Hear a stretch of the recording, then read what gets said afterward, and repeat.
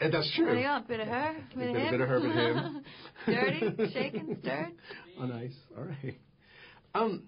Working with an Australian director, is it easier, or did you know Alex from prior? I did actually. We had I'd sort of auditioned for him in the past, and we'd wanted to work together. So it was nice. It's nice you already have a familiarity with someone. And I was excited. I was like, finally, cool. We get to kind of do something together. And he's really collaborative, and he's a lovely guy. So it was a good time. To be able to shoot back in Australia, also, was that a perk for you? Really fun. Often you do things in very far-flung locations, and it was so fun to work in Melbourne. I have family and friends there, so it was great. Were you able to take time off and go home, and did you take people on set? Yeah, I brought my sister and my brother on set, and they got to meet Nicolas, so he was so nice, and he was said hello to them, and they got a kick out of that. And I'm from Sydney though, but I did definitely got to go back up to Sydney, and Australia's a beautiful country, and I felt really lucky that I could work there, especially on a movie like this, which is a big studio movie. It's like you can't tell the difference between Melbourne and New York, I'm so glad which you say is really nice to well, kind it's Boston that we're supposed to be. Sorry, in, but East Coast. Well, East Coast, no, it would, yeah. To work on a project like this where, because when I went in, I kind of had preconceived notions based on trailers and things what I've read, but I was surprised that there's all these twists and turns which you don't realize that there's all these different themes going on within the film. So when you got the script, were you kind of surprised at what you were given, or? I was. It was. It sort of starts out as one thing and really ends as another. And what I think Alex elevated the film to is he created a tone from the beginning which is so foreboding and eerie and dark, which you don't necessarily know if that's going to be there when you read it. It's just sort of unfolds as a very intimate drama, and you kind of, you're not quite sure where it's going to headed. But he creates a world, he's so visual and so smart that it sort of firmly tells you already what you're going to see. And it's an interesting thing. I mean, it has a very thought-provoking ending, and it sort of bridges the gap between science and spirituality in a way. So it's sort of unconventional, I think, the finish. Well, even better is among this kind of catastrophe or foreboding, it's actually a character piece. It's totally character and so as an actor, it must have been it's a very intimate story between a father and a son, and then a mother and her daughter, and these kind of characters trying to desperately, one's trying to solve a problem and one's trying to avoid one. So it's told through a very intimate story, very intimate eyes. To be an actor, to kind of get that, then how did you kind of, I don't know, where do you source these emotions from, or did you kind of just, is it natural to kind of have these? Well, I do my own personal work on the script, and Alex and I discussed a lot about the character and what her role was in the story, and developing that, and her and what he saw her as. And then I met with a single mother in Melbourne, because my character's a single mother, and because I don't have any children, and she was very helpful and spent time talking to me. And I approached it as best I could in terms of my research and my preparation. If you had a child and something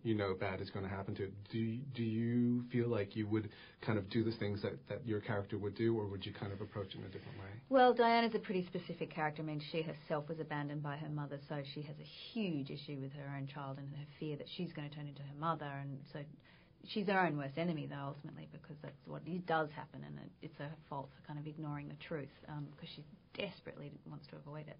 So I can't really compare myself to her just because of the tragedy she's had in her life, and I'm lucky enough to have had not that happen to me.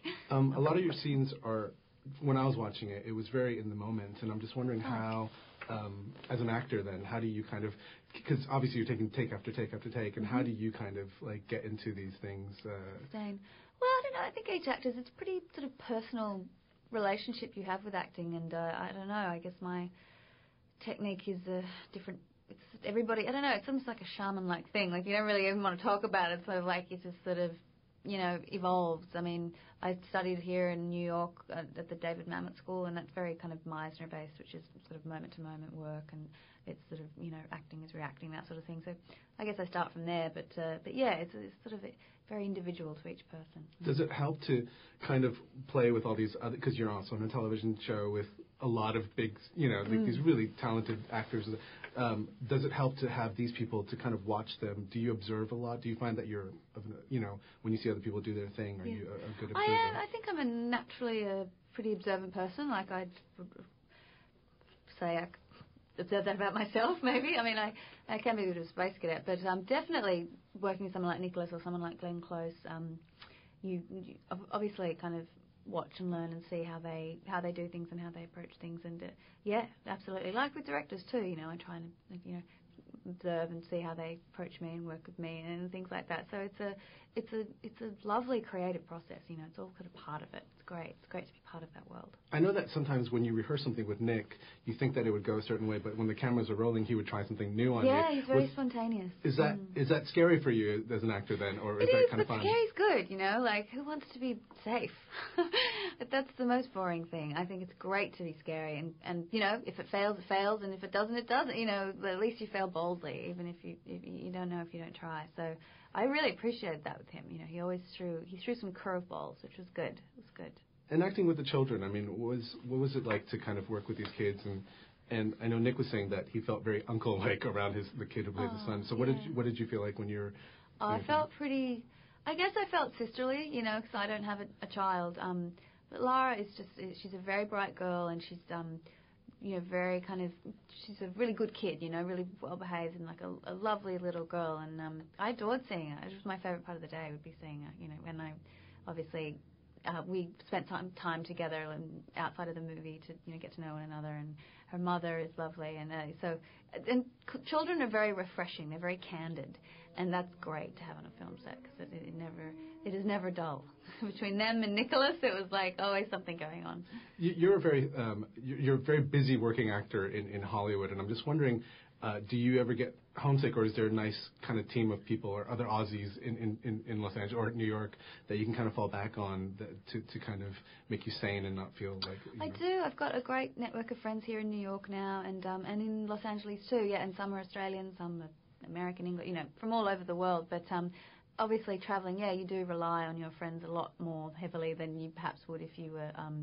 at home with my family in Australia. So, but I've been doing it for a while now, for 10 years. So I'm fairly self-sufficient in a way.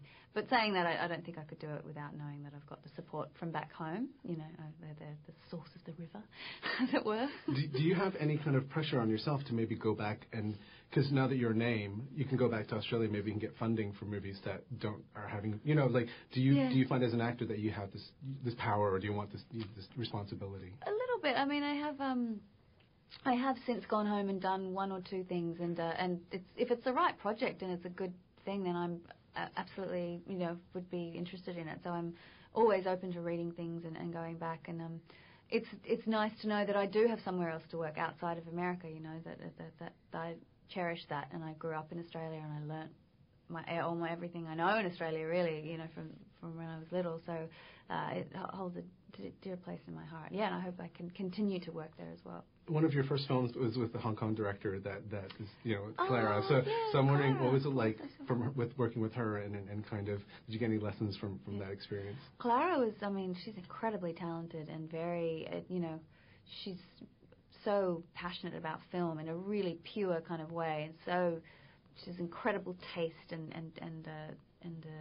I really enjoyed working with her. And I was very young at the time, and I would like to do it again now that I'm a little more older and a little more confident, and I could probably, engage a bit more in the whole thing. I think it was a pretty daunting task what we undertook on that film that I did with her, but it's a beautiful movie, and it's so unusual and such a great vision, and the kind of movie that I like. So I'm really proud that we did that together. Hopefully you make more of this. Thank you very much. Thank you really so nice much. Talking to you. You too. Cheers, man. Bye. Thank you very much. Take care.